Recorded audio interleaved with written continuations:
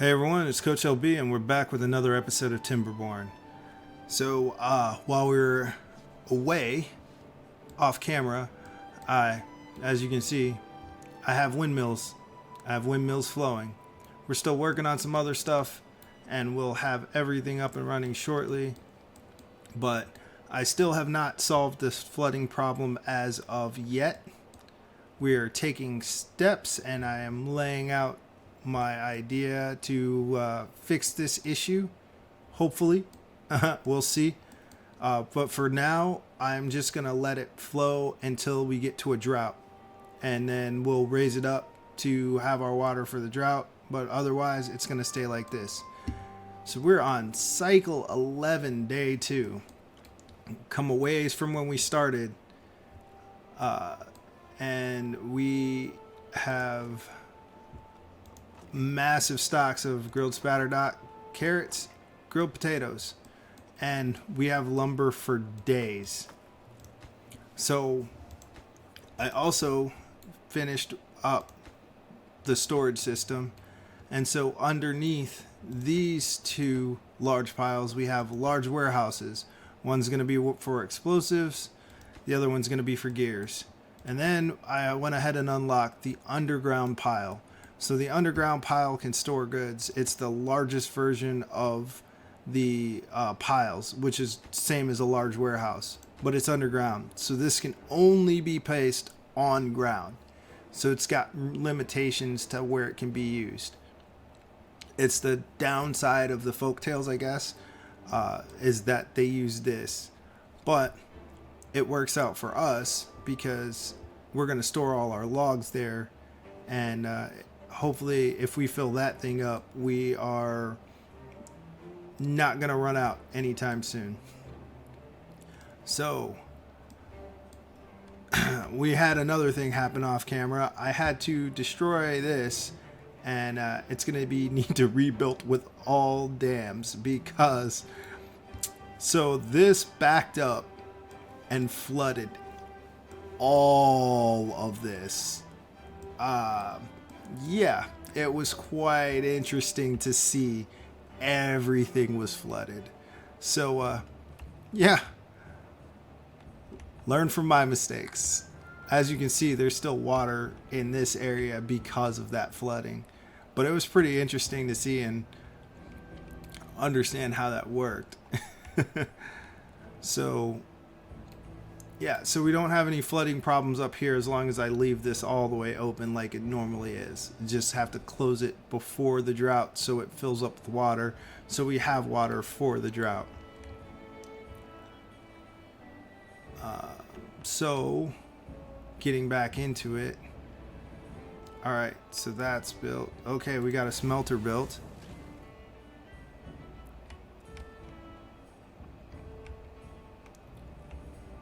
And I've had these. I had these when I had these lumber mills running before, so that they would be running while these weren't. And we're gonna get ready to move everything up here. We need that smelter running so we can actually get metal blocks, so we can finish off these. And it's saying that's too far away. There is a quick solution to that. I just kind of don't want to do it, because it's saying it's too far. There's always a way around it.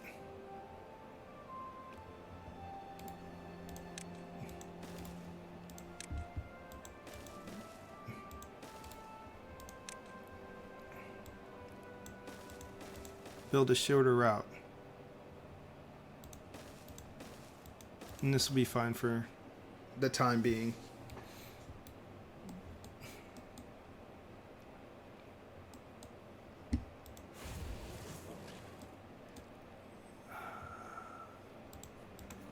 So what I am going to do is I am going to turn this one off.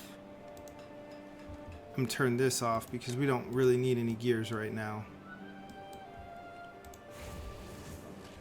And I'm gonna up so we can get the smelter going.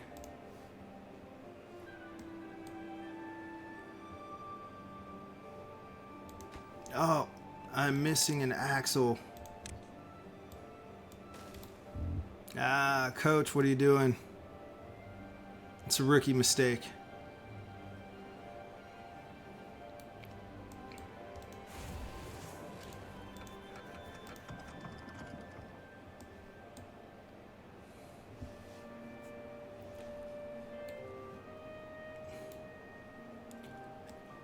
And so, with all of that set up, I think I'm going to do some management. And the question is, do I build another settlement for beavers over here in this district? Or do I get ready to set up the second district? To me, setting up a second district seems like a very good time. The question is, where do I want to set it up? I do want to utilize this, but this may come in just a little bit later. Right now, I really want to get...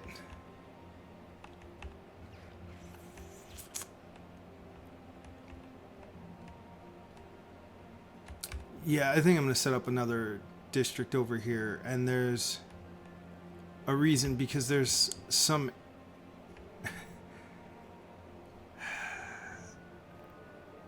I'm going to need a lot... This is going to need a lot of work. You know what? We're going to go to the place where it's going to be the easiest amount to set up, and then it'll help to get us to where we're headed next.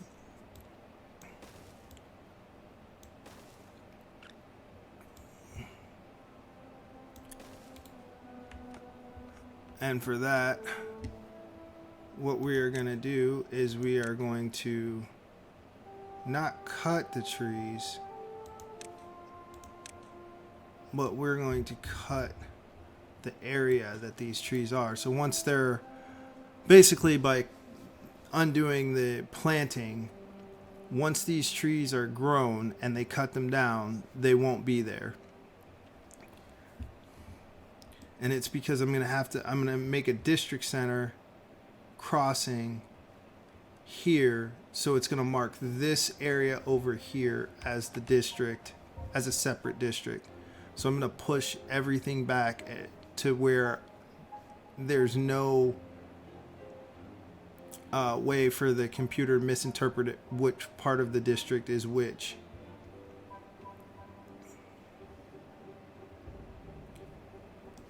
So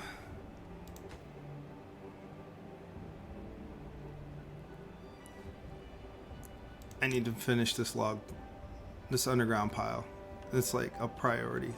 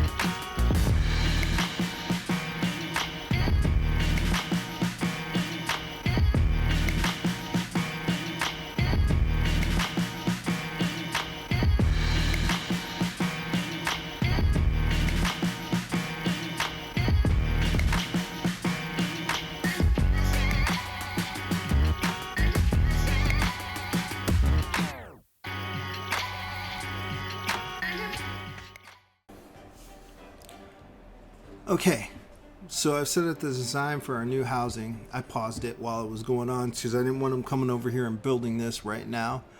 But I've set up the new design for our housing. And you're probably wondering why it's in this type of space. So what I'm going to do is I'm going to create a tier system, and then at the very top of this center portion, I'm going to put a statue. I'm going to unlock a statue and put it up, a statue. the statue, one of the big like monuments, probably the farmer's monument, but the farmer's monument should be able to cover all of the housing here. And I'm going to actually make this more into a farming district. I'm going to get into some of the other crops that we have, and so they'll farm them here. And then once I get this set up, I may turn this into a production area. But I also may just turn this into a production area for this, and then create this into its own little farming area, production area. Because with this, we can get water flowing through here. And with water flowing through here, it creates, we can use water power. Or if we get up high enough, we can just use wind. So we'll figure that out when we get there. But for now, there's always good old beaver power. So let's get back going.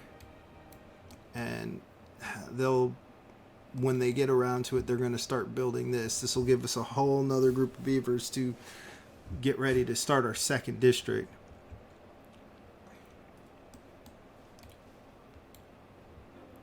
The other reason I want dynamite is I'm going to blow a path through here to be able to keep filling this with water, so we can keep using this as when we can actually use this as a water reservoir to get water.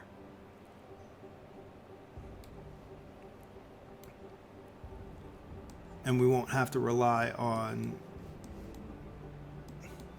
other areas.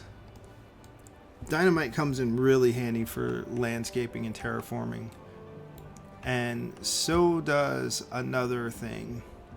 So one of the big things is, while everything is locked behind science, there are certain paths that aren't easily shown or laid out. So one of the big ones for terraforming and landscaping is this: the dirt excavator and the terraforming station.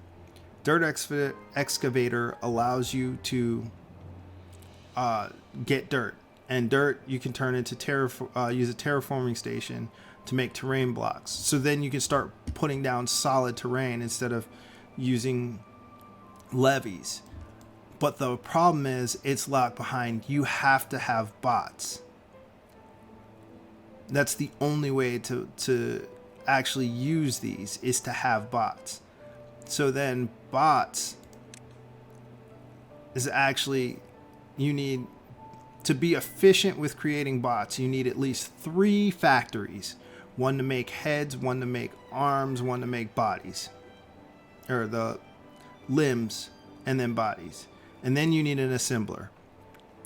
And then you also need refineries. You need at least 2 refineries, one for catalyst and one for biofuel. So while there's not necessarily locked behind, it's just a science issue. Certain things, it's not beneficial to jump ahead of yourself and start creating or start opening up and unlocking them, because you won't be able to use them. Something I found out as I played it, and I mean the tutorial, if you actually play with the tutorial on the game, the tutorial only goes so far, and then everything else is left up. And while some things are fairly intuitive, certain things can be overwhelming if it's just not making sense to you.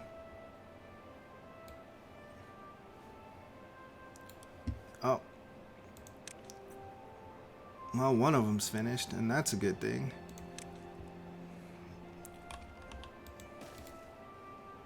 Might as well get this set up so when the other one's finished, I'll get power to it.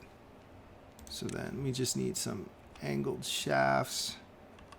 Rotate this one, that one. I may come to regret that later by not using a four-way because reasons that always seem to pop up.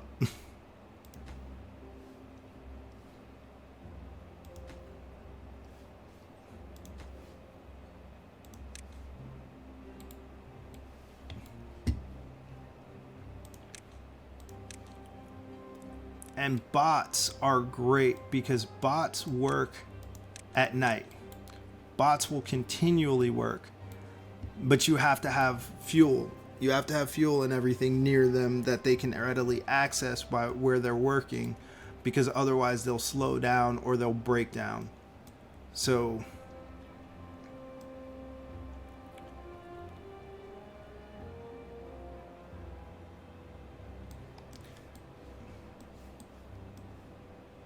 that is one of the things I wanted to set up here was a refinery area up in this area, but there was some other things I wanted to do,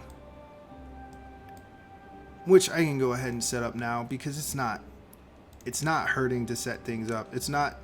One of the things about this game is because of the way priorities are, it doesn't hurt you to actually go ahead and set up, make plans, lay out your footprint of what you want to do, how you want things designed.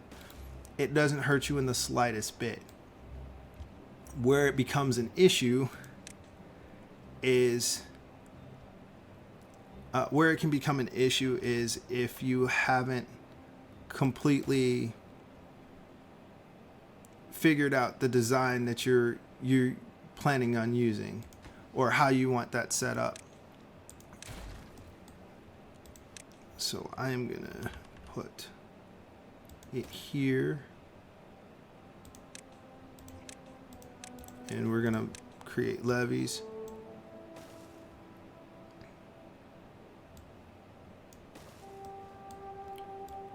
And you're probably sitting here like, Coach, what are you doing now?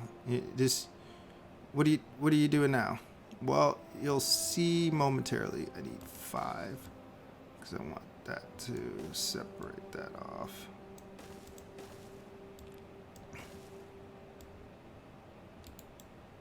And then, so 1, 2, 3, 4, 5, 6, 7. 1, 2.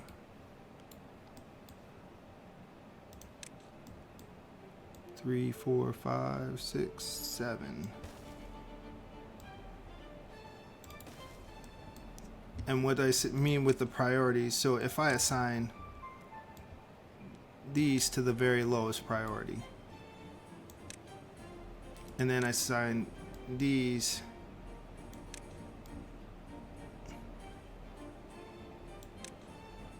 to the next lowest priority, they'll do all of this before they do that. And we'll assign that. Oh, I need to finish making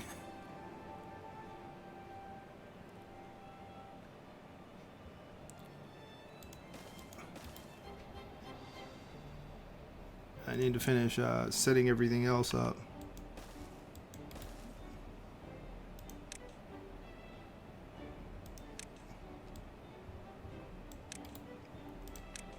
I still want them to come pick that up.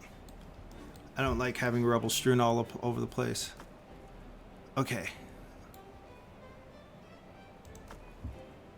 Alright, we need to change this to metal blocks. Change this one to metal blocks. And now they're going to start emptying that out into there, which is great. It's fine. It's perfect. It's beautiful. It's lovely. Oh, what do you know? Oh, 0.4 days drought. Almost missed it. Need to get our water levels up so we're ready for the drought. And that worked out perfectly. No excess flooding.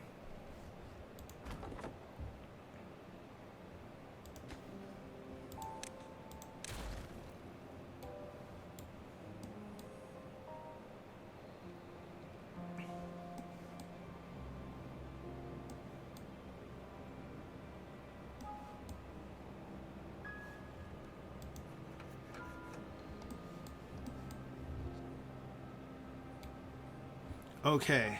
Oh, we got our gravity batteries built. And as you can see, the height that they have is how much horsepower they have in reserve. So now they're running.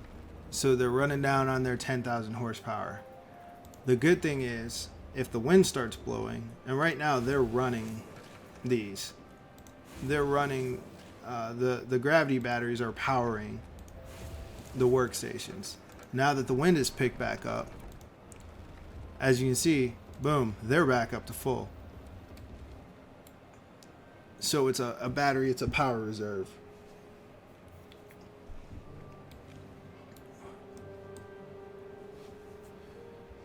So that's looking good up there. We can actually get rid of this power wheel because we don't need it. Well, we won't need it as soon as they finish this axle. No storage space for logs. Are you kidding me? We have this big, giant underground pile full that's not even full.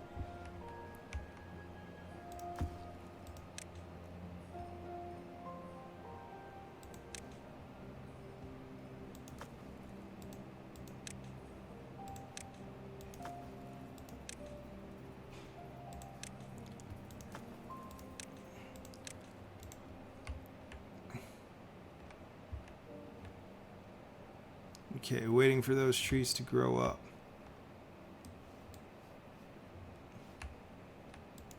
And those are out of water.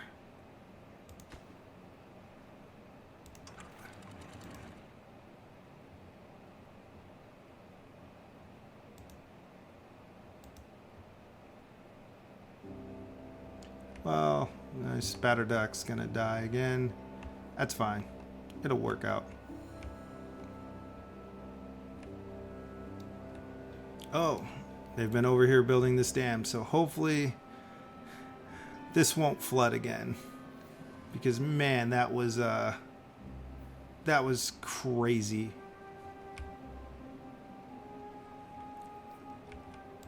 Completely nuts.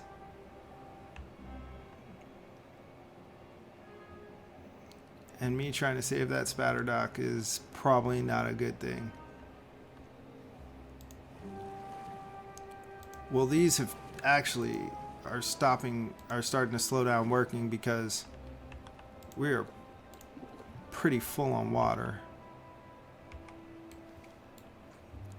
5 days left on the drought. We're fine. We're fine.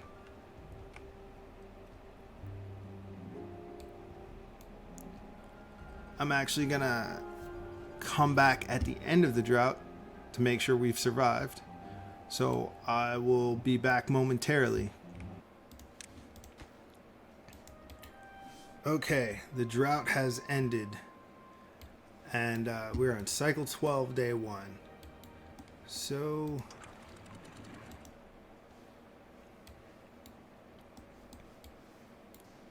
some things have happened while we were gone. Besides them finishing this little spillway, all the houses over here are built. And hopefully they will be populated soon. And then I'll be able to start working on that some more.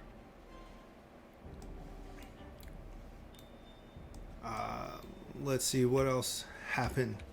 Oh yeah. They finished the dam down here. And that should keep us from having another flood incident like we did.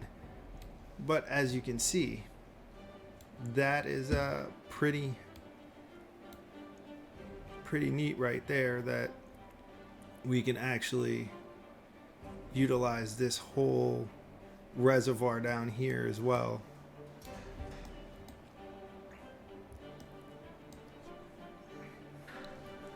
So, as I'm looking at it,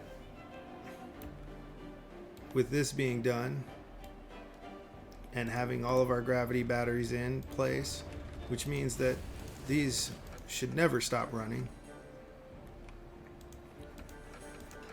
but I need more beavers. I don't even have enough to run everything, which means I'm going to have to build another housing development over here, another small one, a little small apartment complex. But that can wait until the next episode. So remember to like, comment, and subscribe. And I shall see you in the next video. Peace.